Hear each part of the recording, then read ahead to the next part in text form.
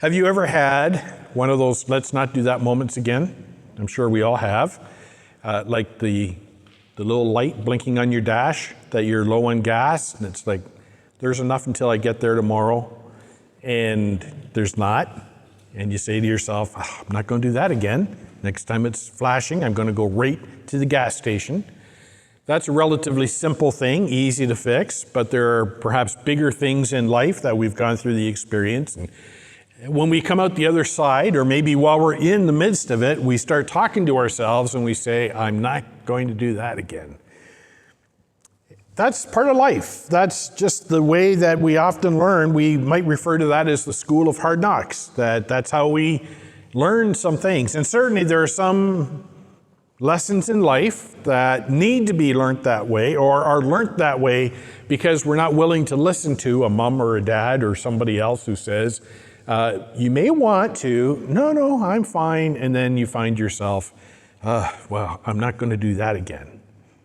The story of Amaziah, even though it happened at the time of just before Isaiah lived, is rewritten for us by whoever it was who wrote 1st and 2nd Chronicles, with an emphasis on this concept of let's not do that again. And as I read from you earlier in Nehemiah chapter 8, and as Ezra begins reading the Old Testament law to the refugees who have come back into the Promised Land to rebuild Jerusalem and to rebuild the temple, they were vastly uninformed about the content of the law and an understanding of who their God was. They had been in captivity for a long time, and previous to that, the reason they had gone into captivity is because they were worshiping other gods, and they had broken the terms of the covenant. And so God, as he had promised them, if you disobey me, I will scatter you amongst the nations. That's exactly what happened. So the story of Amaziah, although it happens in the time shortly before Isaiah lived, it is written or rewritten to those exiles, those refugees who are coming back into Jerusalem, with the bottom line being, as you listen to this story, let's commit to ourselves to not do that again. And in Nehemiah chapter 8, we see how Ezra begins to read, and the people respond initially with great joy, and then their hearts are convicted, and they are overwhelmed with grief because they realize what they have done, what they have been doing, so violated the law that Ezra is reading to them. And yet they're also told, now is not the time to mourn. This is a time of celebration. This is a time to give thanks to God for his grace. We will put our house in order, but right now, let's give thanks to God for his grace.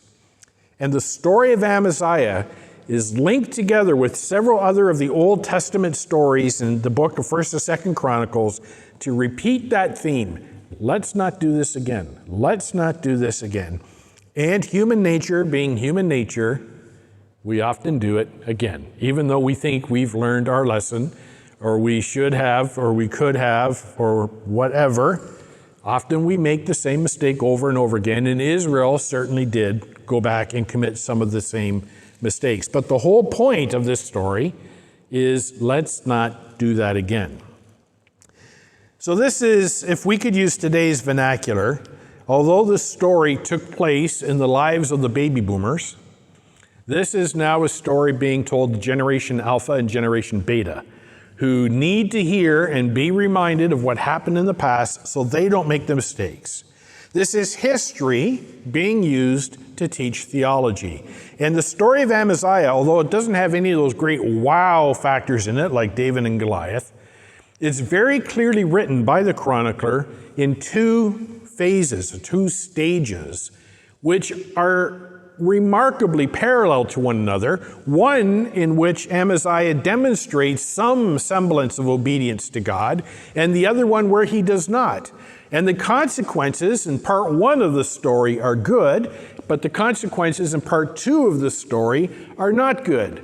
And the point is, why? Why this discrepancy? It's because in the first part, he listened to God, and in the second part, he did not. So, Generation Alpha and Beta, as you are listening to the experience of your baby boomer parents, don't make the same mistake. Let's not do that again.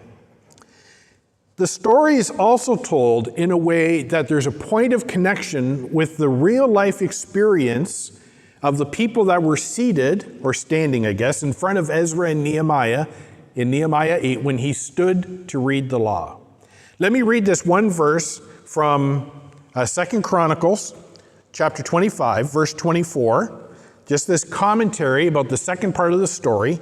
It says, he seized, referring to another king, he seized all the gold and the silver and all the vessels that were found in the house of God in the care of Obed-Edom. He seized also the treasuries of the king's house and also took hostages.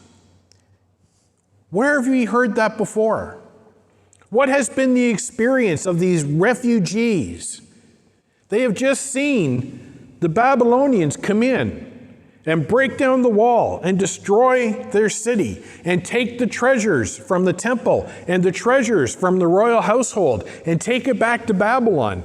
This story is rewritten in their context. The points that they have in common are very intentional to help them remember, let's not do that again. So let's take a look at the story in 2 Chronicles 25. I'm not going to read the whole thing because there is a lot of detail here.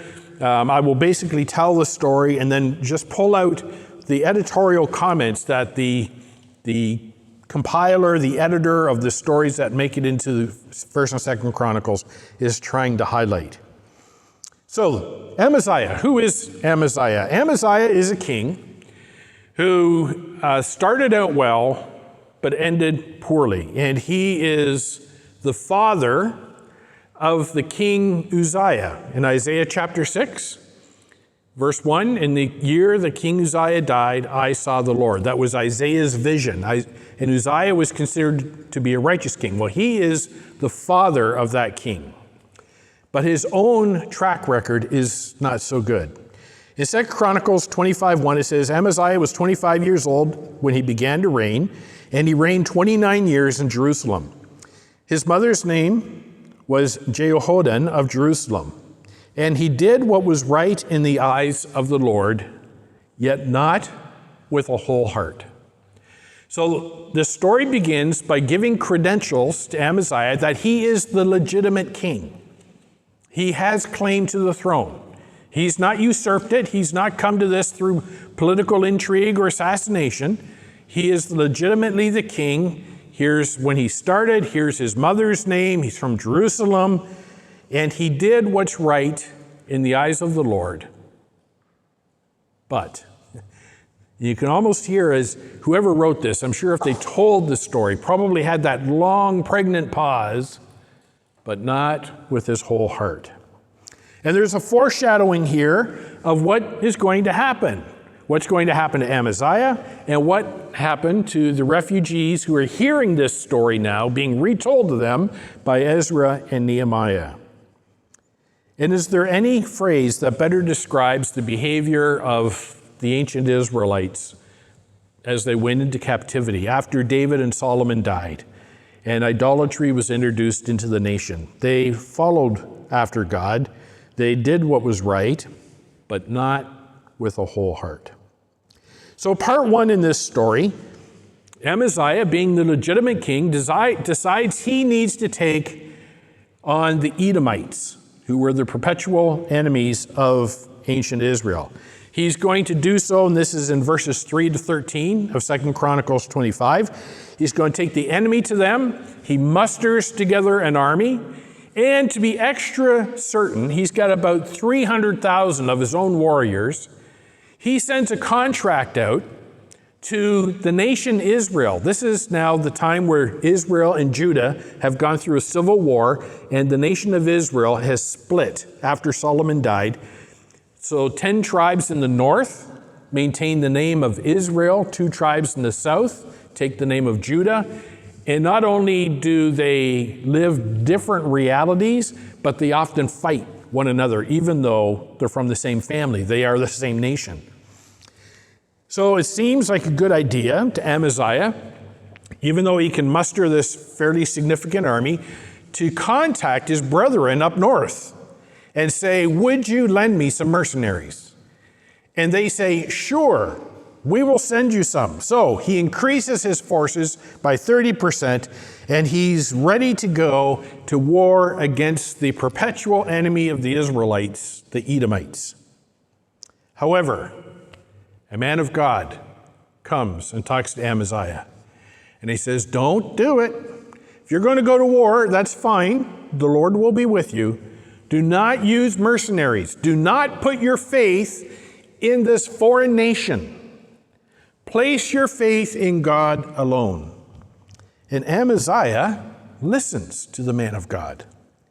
And so he dismisses the mercenaries, sends them home, and he wins even without them. An overwhelming battle. 2 Chronicles 25, verses 7 and 8. But a man of God came to him and said, O king, do not let the army of Israel go with you, for the Lord is not with Israel, these Ephraimites. God is not going to bless you if you have an alliance with that northern kingdom.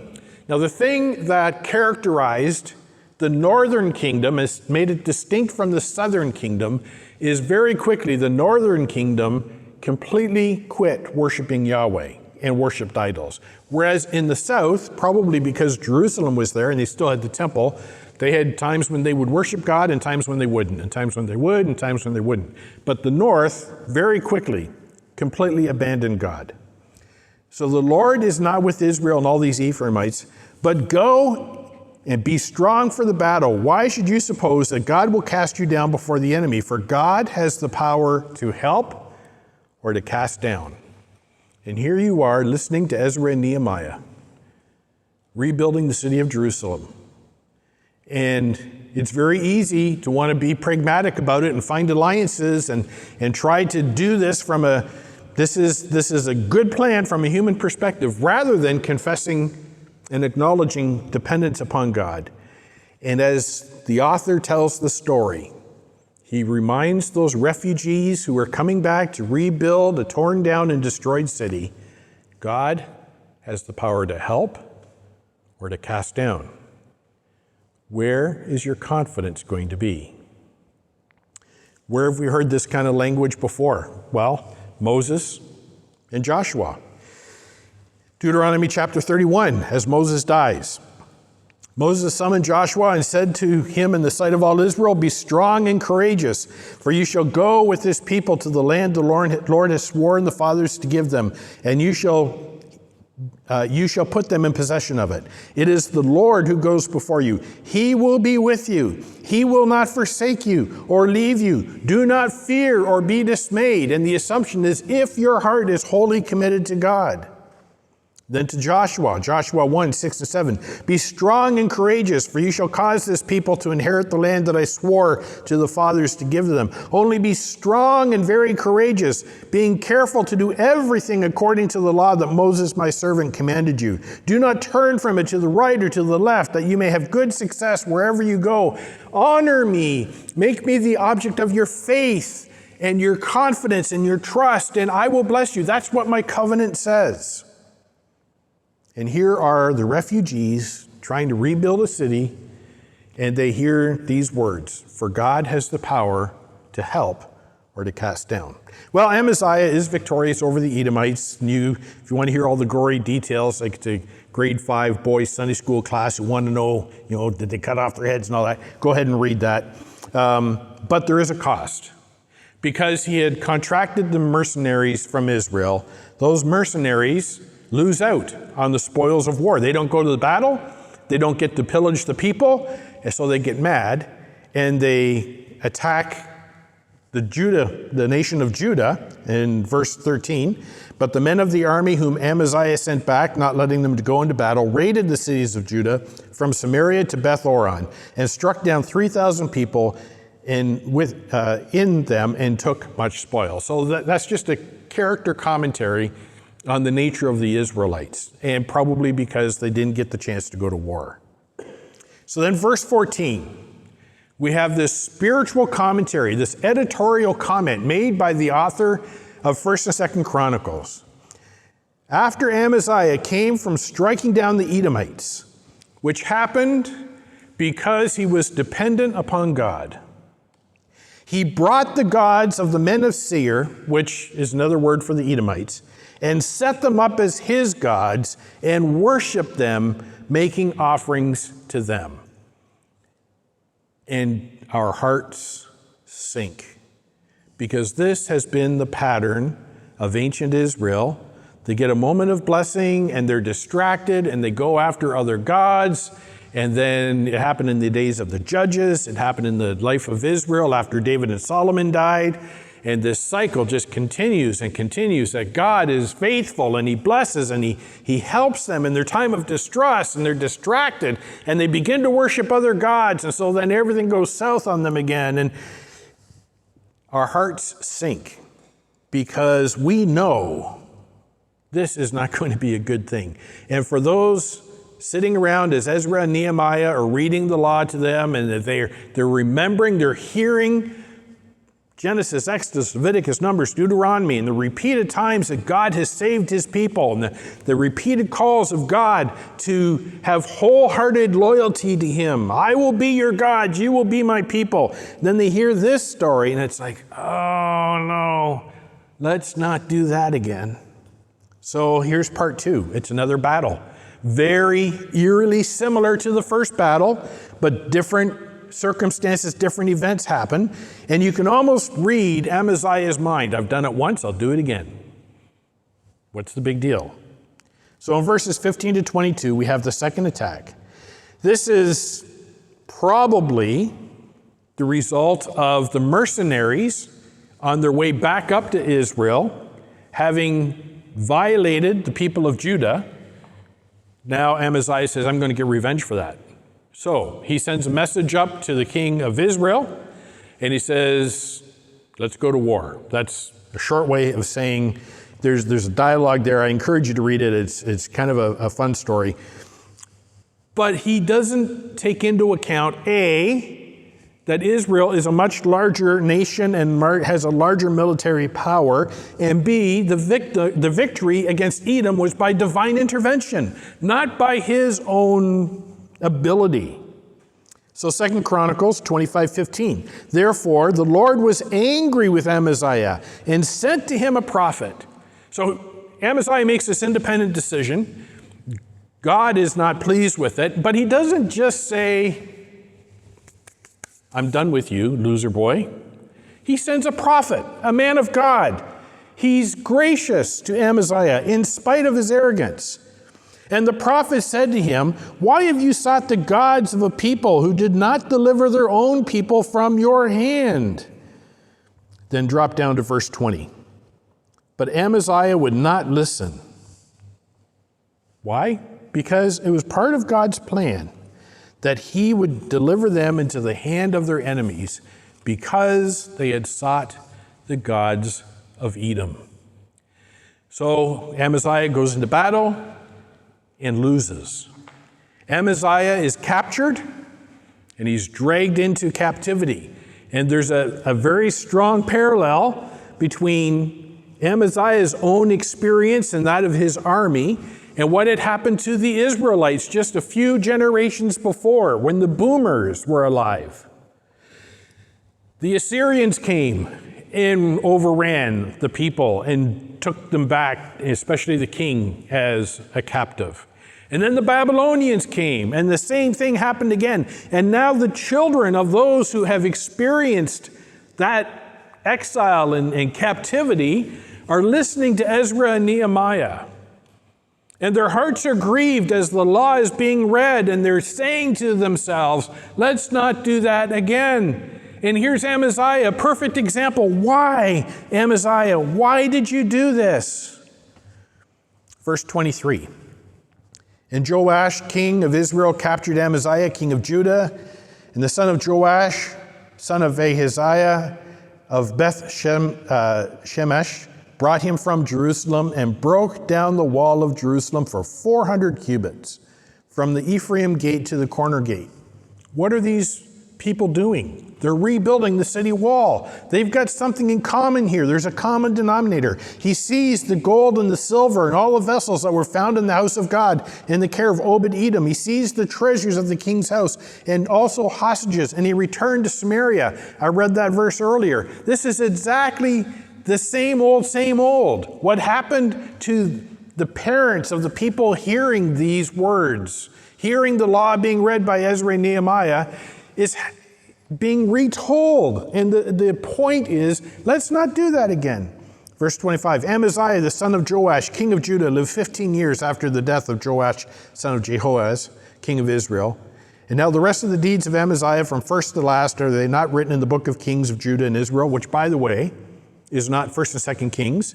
It's an extra biblical document that it's no longer existing. We don't know what it is, but there was another set of historical books that the Chronicler used. And from the time when he turned away from the Lord, they made a conspiracy against him in Israel, and he fled in Lachish. But they sent after him to Lachish and put him to death there. And he was brought upon horses and buried with his fathers in the city of David. He comes to this tragic end because, another editorial comment, from the time he turned away from the Lord.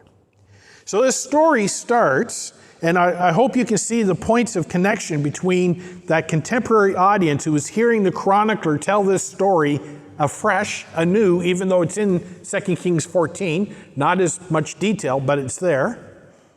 The points of contact of refugees and exiles and of having your city destroyed and of worshiping idols instead of the one true God and all that entails while they're learning from and hearing afresh the law being read to them by Ezra and Nehemiah. This phrase that happens throughout the Old Testament law: love the Lord your God with all your heart, your mind, your soul, wholeheartedness. And the commentary about Amaziah is that he followed the Lord. He did right in the eyes of the Lord, but not wholeheartedly, like his father David had done. So what does that mean? Well, for Amaziah, having access to the Creator God was just another resource in his pocket. Yeah, he did tear down some of the false worship and he did promote more of an agenda of worshiping the one true God, but then very quickly he became self-absorbed and self-deceived and saw, look at what I have done. And he forgot it was God who had done that. The man of God came to him and told him, go, but get rid of these mercenaries. And when the man of God comes to him the second time and tells him, don't go to Israel, he ignores him and he goes and takes on the battle anyway. Because for him, faith was nothing more than just compliance to a set of rules or just a lever by which he could get what he wanted from the gods, which was a common understanding back then. The gods were just useful resources. There wasn't that intimate covenant relationship. So he did not really have a heart that we would describe in New Testament terms, a heart of faith. Because faith is not the absence of doubt or fear. Faith, authentic faith, is that which acknowledges our dependence on God and our desire to reflect Him and for our reality to be saturated with the principles of His kingdom. I kind of wish we'd had the screen set up. By the way, next week we're going to go back to our normal setup and we'll be celebrating the Lord's table, and I'm calling it Slogan Sunday because we're going to, well, you'll see next week. Yeah, hopefully something a little bit fun that we'll do as we kick off a new ministry season. But one of the things we've talked about frequently in the past is the upside down values of the kingdom of God. And I've got that house, that's perched on its roof. I love that picture. This was not Amaziah's perspective. He did not understand how to love the Lord his God with all his heart, mind, and soul. It was just a convenient access, a convenient resource as the king, yet another opportunity to enrich the work of his kingdom. Wholeheartedness, instead, is that which acknowledges our dependence upon God For all that we are comes from him, even though it often happens through the channels of natural things. We get sick, we go to a doctor, the doctor prescribes antibiotics, we get better, wonderful. But that's part of God's created order. That's part of understanding that God is at work in every detail. Wholeheartedness, I think another great way, another great word, and I learned this from Barry Jones. He's the guy that talked to me about this. I thought, I'm going to steal, and I told him, I'm going to steal that, Barry. And so the credit to where credit is due, and it's the word saturation. It's about understanding that faith in God saturates. Just like when you make a cake and you put the icing on and the cake's too warm, and the icing melts and it goes through the entire cake. It still tastes yummy, but it's not what it was supposed to be, because the cake is now saturated by the icing. Faith is like that. It isn't just something that is on the side that we plug into or use like a lever. It saturates who we are. That's wholeheartedness. The second thing we see in this story is the role of the man of God and Amaziah's unwillingness to listen to God. Now, we got to be very careful about this, because God is not going to tell me what color socks to put on in the morning, or if I should even wear socks. But if I understand that this is God's created order, the earth is the Lord's and all it contains, then I align myself with who he is and use a different set of filters to perceive what God is doing. Again, those upside down values of the kingdom of God. And the more I learn about who God is, those skills in truth, faith, understanding his nature, his character, what he is doing. Why do bad things happen to good people? Why is the world broken? What happens when we die? The answers to those questions are not found in a verse that we read, but as we understand the totality of what God has revealed himself to be in the scriptures, we begin to develop a structure, an understanding of his created order. And so we listen to what God has said to us in his word, and we understand what he is as best we can. There are things we will never understand. God is knowable, but not always understandable. But as best we can, we then reflect our trust that although it may not make sense to me, I am still confident this is God's created order, and I can have faith that he will accomplish his purposes. There was an absence of prophets for those refugees as they sat there with Ezra and Nehemiah. There was nobody that had the prophetic office like Isaiah or Jeremiah or Ezekiel. There was no spokesperson like that, but they had the law. They had the word of God. They had Ezra and Nehemiah who could explain it to them. And I love that passage in Nehemiah 8 that I read earlier. Not only did they read it, but they carefully explained so everybody could understand. I love that. That is the job description for pastors. Not just to read it, but to explain it. Unfortunately, I can't do it in less than 90 minutes. But nonetheless, that's what we're trying to do, is to not just read, but to explain. But in their time, there was an absence of prophets. There was an absence of a king. Everything that had happened to their parents' generation, to the boomers, happened when there was a king on the throne. And now, even though the exiles were coming back into the promised land, there would never be another king. And there still isn't, although Jesus, obviously the Messiah, rejected by Israel, is seated at the right hand of God the Father. He is the king. Someday we'll return and we will visibly see his kingship. But there is still no king in the sense that they were anticipating from the Old Testament. And there was an absence of the land. Even though they got back to the city of Jerusalem and they built it, and they built the city and they rebuilt the temple, it's recorded for us that the elders, the people who had seen the previous temple, wept when they saw the rebuilt temple, because it was nowhere near the glory of the original temple. So for these refugees, with an absence of the prophets, absence of a king, absence of the land like they had had previously, they are still being told by the Chronicler and by Ezra and Nehemiah, listen to God, because he has told you what he wants. What does God require of you? Oh man, the prophet Micah said. The answer? To love justice, to do justice, to love mercy, and to walk humbly before God. So our own history, whatever it may be, needs to be put into the context of let's not do that again. Now that can sound like a real downer and a bit of a guilt trip, and so I want to bring a positive perspective on that. When we're talking about let's not do that again, there are two ways of considering that, because we've all made mistakes. Some of them have been ultimately inconsequential. When you run out of gas and it's a pain, you have to call CEA or somebody to come and fill up the tank, and it's just annoying. Others may be big life-changing things. But whatever it is, like those refugees, we can view what has happened in one of two ways. They can be a chain that is a burden we carry and anchors us to the past, or it can be an elastic, like a slingshot, that launches us into the future.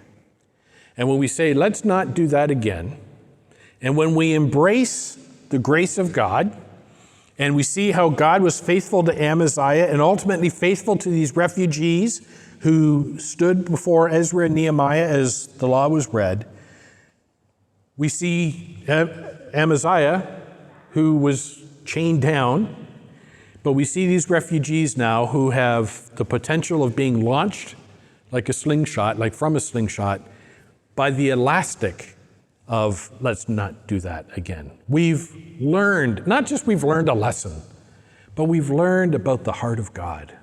He was gracious enough to Amaziah to send a prophet a second time, say, don't do it. Amaziah wouldn't listen. God knew what was going to happen. He still sent the prophet. Don't do it. And God has granted us knowledge of himself in his word, that when we look back and we contextualize in God's created order with all its brokenness, and yet with the sovereign king on the throne and the grace that God extends to us, and we put that into the best context we can, whatever it is that has been here, we choose whether that's going to be a chain that holds us back and burdens us to an anchor, or because God is gracious, is an elastic that launches us into faithfulness and serving him with a saturated heart. Hearts that are wholly committed to God. And that's the point of the story of Amaziah. If I'm suspecting that when you saw in the email that this morning's message was going to be about Amaziah, very few points of contact were made. It's like, oh, Amaziah, it's not like Daniel in the lion's den. We could all tell that story. Or David and Goliath, or Gideon, or Samson, or some of the other big characters. And yet the lesson of Amaziah is equally important, because it gives us a context for understanding that who we have been can either anchor us to the past or launch us into the future, because God is gracious. Grace trumps guilt, always.